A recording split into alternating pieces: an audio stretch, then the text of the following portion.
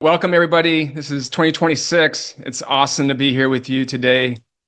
I'm the founder and CEO of HEVO. I'm Jeremy McCool. I am joined by my comrades, John Holland and Robert Skinner, Bob Skinner, if you will. If you don't mind, John and Bob, just give a quick hello and who you are and why HEVO matters in your lives.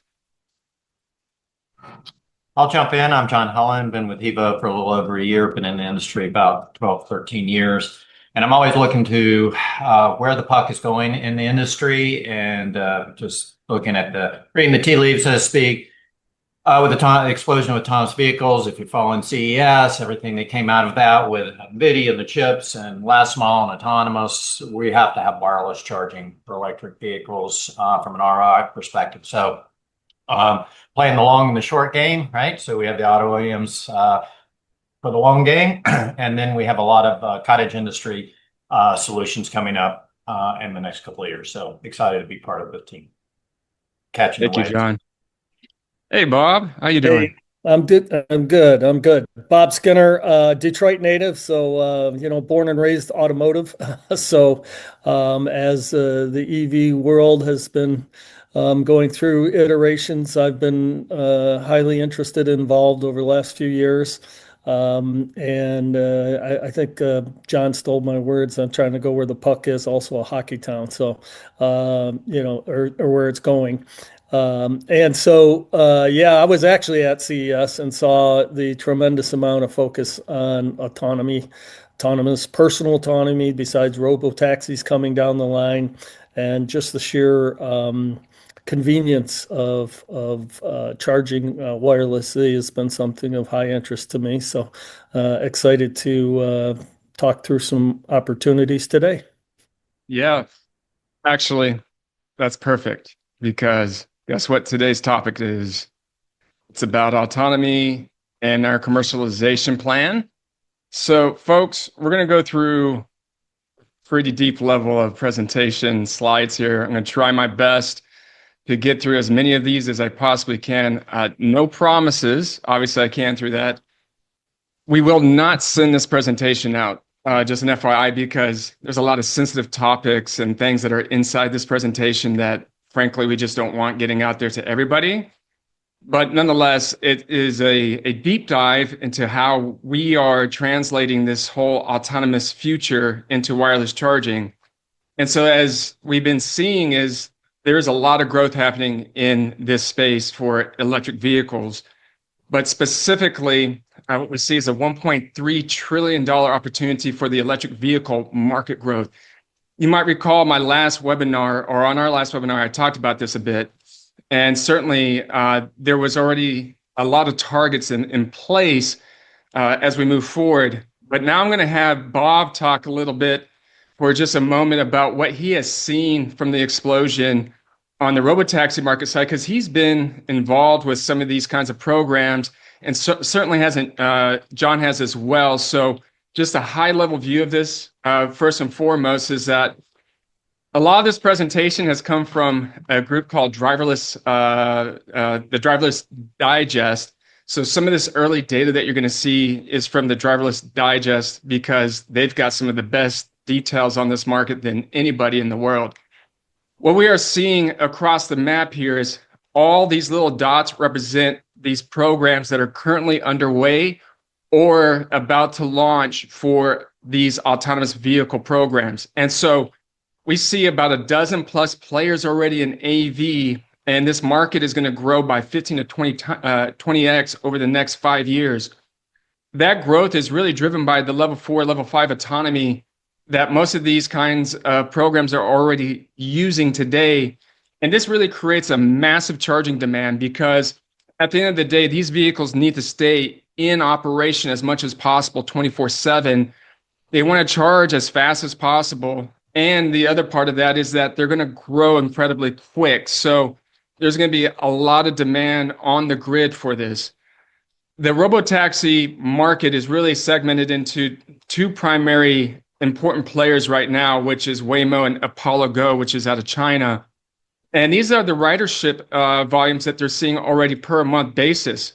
So when we see that at like 1,000 rides per month already for Waymo, and they just started less than 2 years ago. And then Apollo Go started a little bit before they did, but still, they're about about of what we're seeing already with Waymo.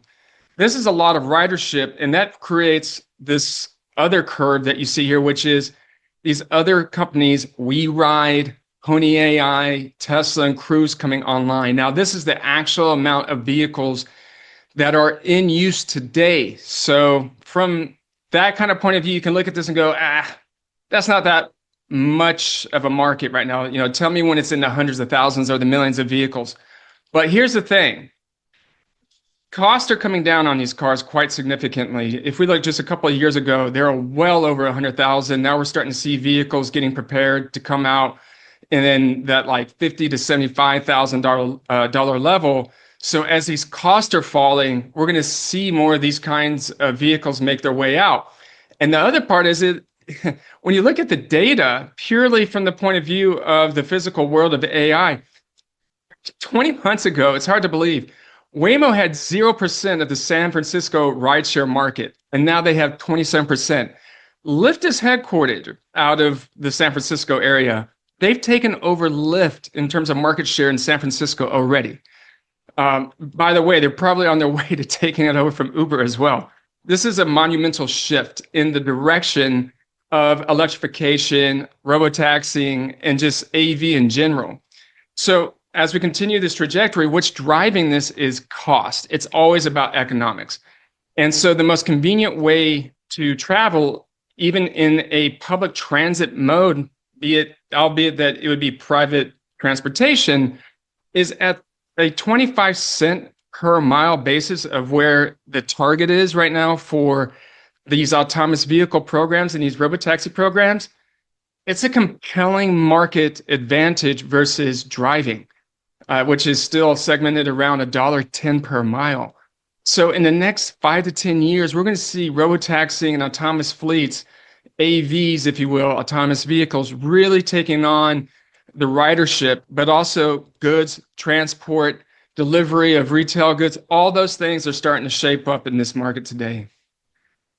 This is the bigger $10 trillion market that is being proposed by several different analytic groups. And certainly it seems unconvincing, though, if we look at the data, it does, which is that this could create a $10 trillion market. And so we want to be a part of that market. As of right now in 24, 25, we're going to see something around the range of about $500 million to $1 billion in the projected revenues of that market by 2034.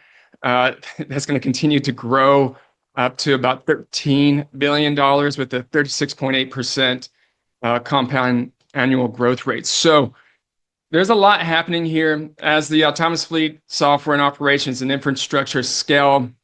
It's a multi-billion-dollar range for wireless charging in terms of what it could enable for these kinds of autonomous fleets. It's not just about a convenience. All right, so the key takeaways here, I got to move this little thing out of my way here. The key takeaways here are that if you look at the base case, robotaxis are looking at about $2 billion in 24, even upwards of projected reaching up to 43, 44 billion by 2030. The global robotaxi market is estimated at about 3 billion for the, we'll say, bullish longer horizon forecast, and the $200 billion market by 2034. So again, these are exponential. They grow by tens to hundreds of billions in revenue quite quickly. And so we want to be on the front end of this emerging frontier. So let's talk about EV charging infrastructure. Wireless is imperative. It's not a big market, but as we look at it and things start to really scale up, EV charging infrastructure is scaling towards hundreds of billions in value, and autonomous fleets will command a meaningful amount of that high utilization slice of that CapEx and that OpEx. So if we look at the global EV charging market, we're going to see something around the range of 140 billion in revenue in 2033. And this is just really the beginning, because as these autonomous vehicles scale, which the majority of those are only going to be electric, if not just only electric. There's just going to be much more demand to this model, as you can see. So let's talk about the wireless charging market growth side of this, and then we'll get into some of the details on how we go about this market. Obviously, we've talked about the HEVO and SteerTech announcement, and that partnership was done with us doing a pilot or a demonstration in Detroit and Austin of our technology. We've also have seen Porsche make an announcement that their 2026 Cayenne will have wireless charging on it. And what's great about that is that these technology influencers that have already tried it out have said nothing but glowing remarks about it. So it is getting some good momentum right now, and it's also being publicized and marketed quite well by the Porsche team. But when we look at this market forecast here and we see where wireless charging is, 2024 was about a $30 million market. We're probably going to say that it was lower than that. Realistically, it was probably in the millions, but maybe not into the tens of millions. But the projected reach for this, because of things like autonomy and these other electric programs, is that we're going to see something along the lines of 2 billion. And so the forecast, if we're looking at this from a point of view of the long horizon side versus the other side of this, if we take a little bit of a more bearish case, we could say something in the range of 1 billion or so by 2032. So this is a market that's built for scale. This industry is built for scale. And one of those things that will drive that is not only the autonomous vehicle and robotaxi markets, but it's also the automaker markets. And so those are critical industries for HEVO. Those are the primary industries that we are focused on in terms of fleets and also in terms of the major automaker programming. So what we're seeing now is that there's this imperative for wireless charging because of this automation or this autonomous vehicle plus electrification requirement.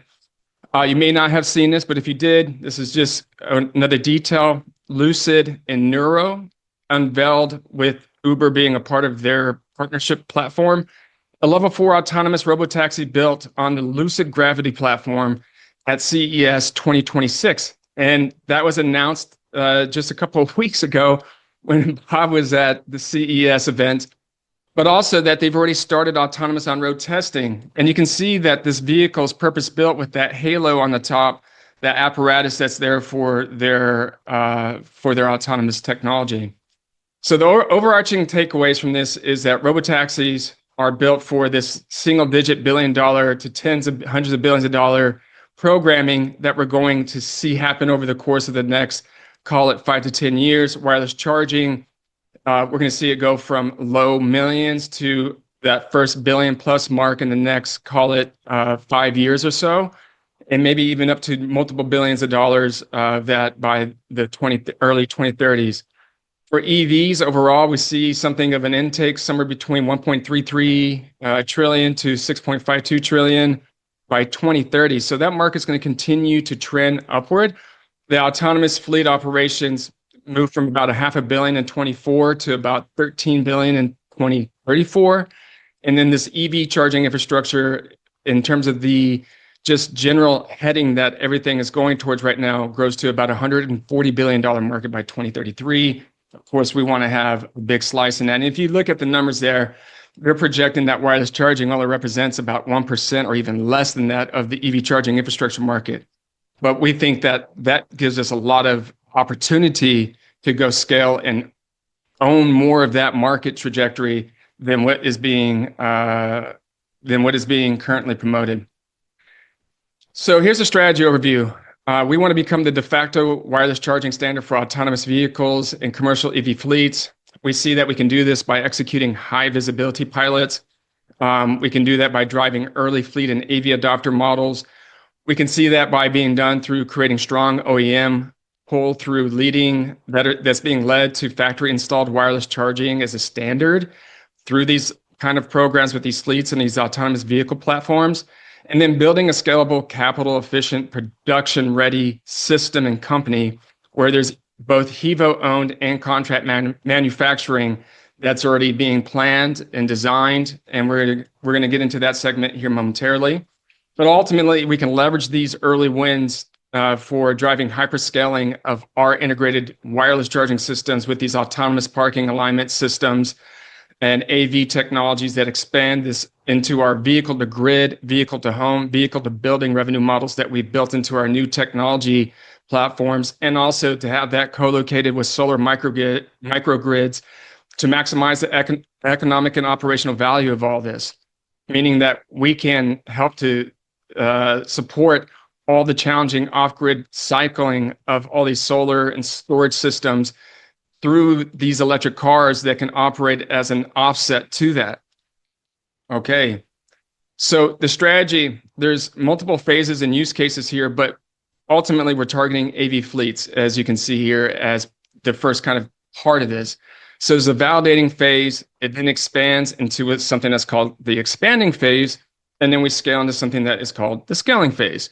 So we start with these early fleet depots transitioning to EVs and AV parking. The other part of that is that the enterprise-owned AVs for retail delivery and autonomous vehicle grocery deliveries, these kinds of platforms are coming out, and we have early customer groups that have reached out to us to use our wireless charging platform for those kinds of early validating pilots, is basically what it is. As we start to see those become mature, then more orders come. We start to validate even further, and then more orders come as part of that. That expands into the robo-taxis and central depots. There's autonomous vehicle policing vehicles out there being used. That's going to be something that's going to be big that needs wireless charging as well. Cargo handling and autonomous vehicles at airports is another opportunity.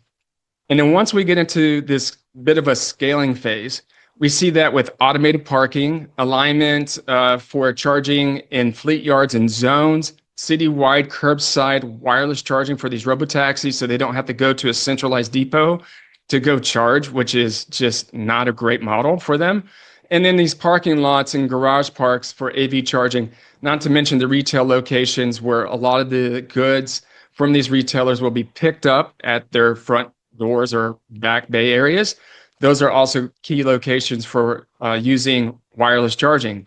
So these three phases create a clear path for us to see early validation for city scale AV charging networks, and also to ensure that HEVO becomes a foundational infrastructure layer on these autonomous vehicle fleets. So who are we talking about here? Like, what kind of companies are out there that are actually potentially in this mix? Well, first, we have to look at it from the point of view of the scalability of how many vehicles are in the fleets already. So when we look at these small AV fleets, we're talking about 1 to 50 vehicles. Medium AV fleets is somewhere between 50 to 500 vehicles. Large AV fleets is somewhere between 50 to 5,000 plus vehicles, and that's going to often be more logistics related fleets. So these are the kind of customers, or if you will, partners that we are tagging along with right now, engaged with. Of course, some of them are at different maturities of conversations, but certainly we are engaged with many of these folks you see here. So like Robomart, Autolane, these kinds of companies at the small level to the medium-sized level, SteerTech, who we already have a relationship with, and Mobility and Beep. And then the larger level is Amazon, DHL, and these types of logistic companies. And everybody should know by now that we are engaged with DHL. We have yet to, we'll say, publicly announce what we're going to do yet, but we're moving towards something. And I will tell you also, Amazon is absolutely moving towards an autonomous operation, at least at their fleet level, for the fleet yards, so that when the vehicles are returned, they don't have to be pulled in, parked by somebody, and then plugged in by somebody. So there's a lot of opportunities here that we are assessing and moving through. We hope to be able to make some announcements here shortly on those. Okay, so there's a dual mode commercial program for this. And we see this as either fleet owned, where the fleets purchase, install, and operate the systems, or subscription, where HEVO offers something of a turnkey HEVO owned operation that includes parking, electricity, connectivity, maintenance. Obviously, they may not need parking. Maybe it's just something that they already have at a fleet yard and they just want us to own and operate the equipment for them. It can include the electricity. It's a charging only option so that fleets can just park this as an operational cost instead of having to go through all the big buildup of the CapEx and capital expenditure for that. So subscriptions position HEVO as the infrastructure and energy partner for this autonomous era, and it gives us a lower cost model in terms of total cost of ownership versus the purchase model, whether that's purchase for wireless or plug-in charging, as you'll see here momentarily. So the fleet-owned model overview is that these are the core ROI drivers for why fleets want to own wireless charging. It's a labor elimination of 1 to 2 full-time employees per 20 to 30 vehicles. That's true.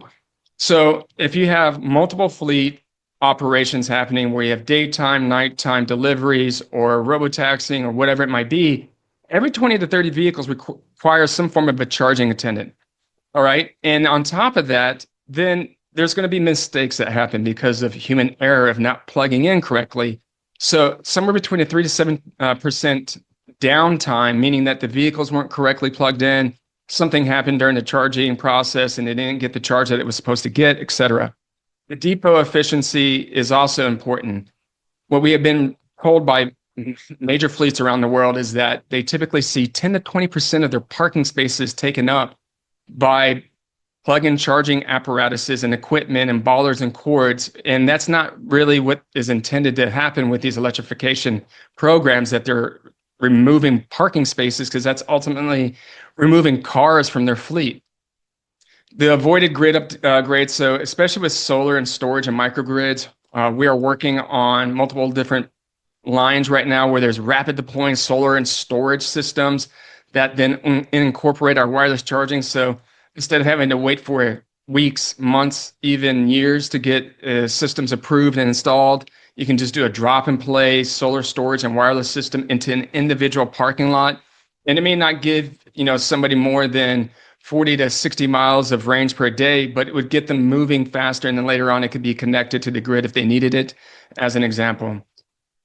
Bidirectional value is huge. We have had reports from utilities that the bidirectional savings can be in the hundreds of thousands of dollars for small to medium-sized vehicle fleets on a per year basis because of the demand charge reductions that can be done through peak shaving. And then lower maintenance, of course, is obvious. You don't have these moving cords and cables and connectors. So in the real world duty cycles, again, staying with this example of 50 vehicle fleets, with 22 kilowatt charging, 125 miles per day to 150 miles per day of usage.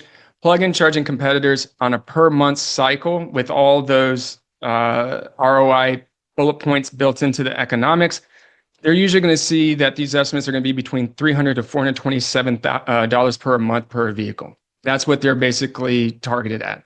And again, this is taking into account lower end plug-in chargers versus HEVO wireless charging between $227 to $354 per month. So we're going to see an average save of about 18 to 25% per month lower cost than the plug-in charging as a total cost of ownership.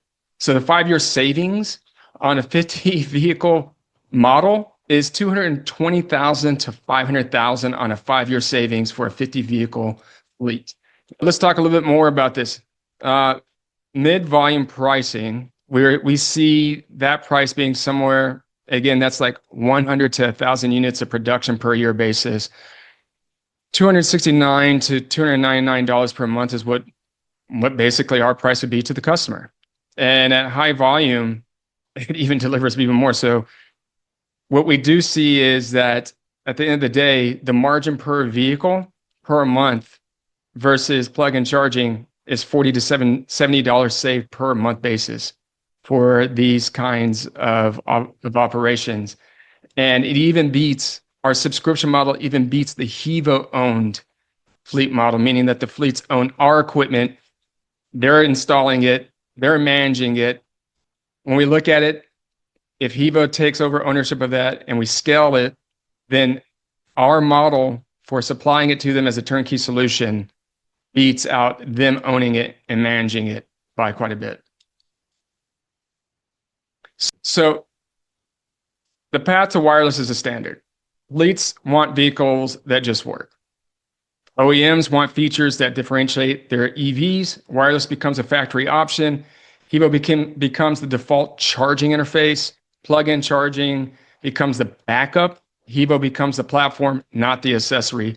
OEM integration accelerates the fleet adoption, and it makes wireless charging the default. This is basically the pathway where HEVO becomes the Android And that's the answer for EV charging, period, versus the Apple method, which has been a problem, meaning everybody's vertically integrated to what their needs are. Let me first talk about the two strategies. First is that there's a HEVO owned strategy, and then there's a contract manufacturing strategy.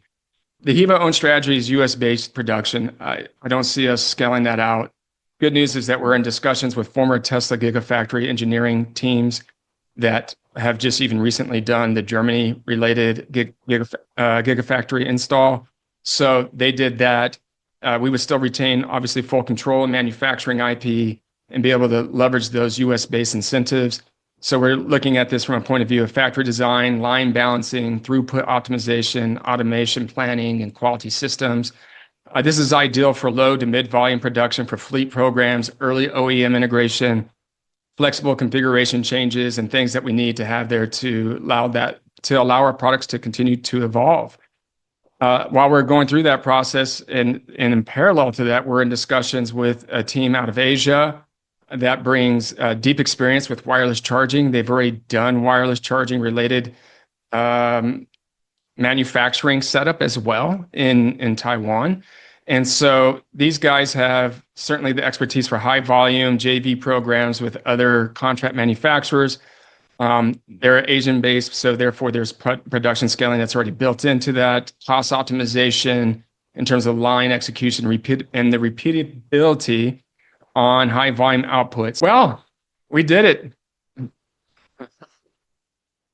Everybody, thank you so much for staying on board with this whole conversation. It's been great. And we just want to say how grateful we are to all of you for being on this ride, on this journey with us.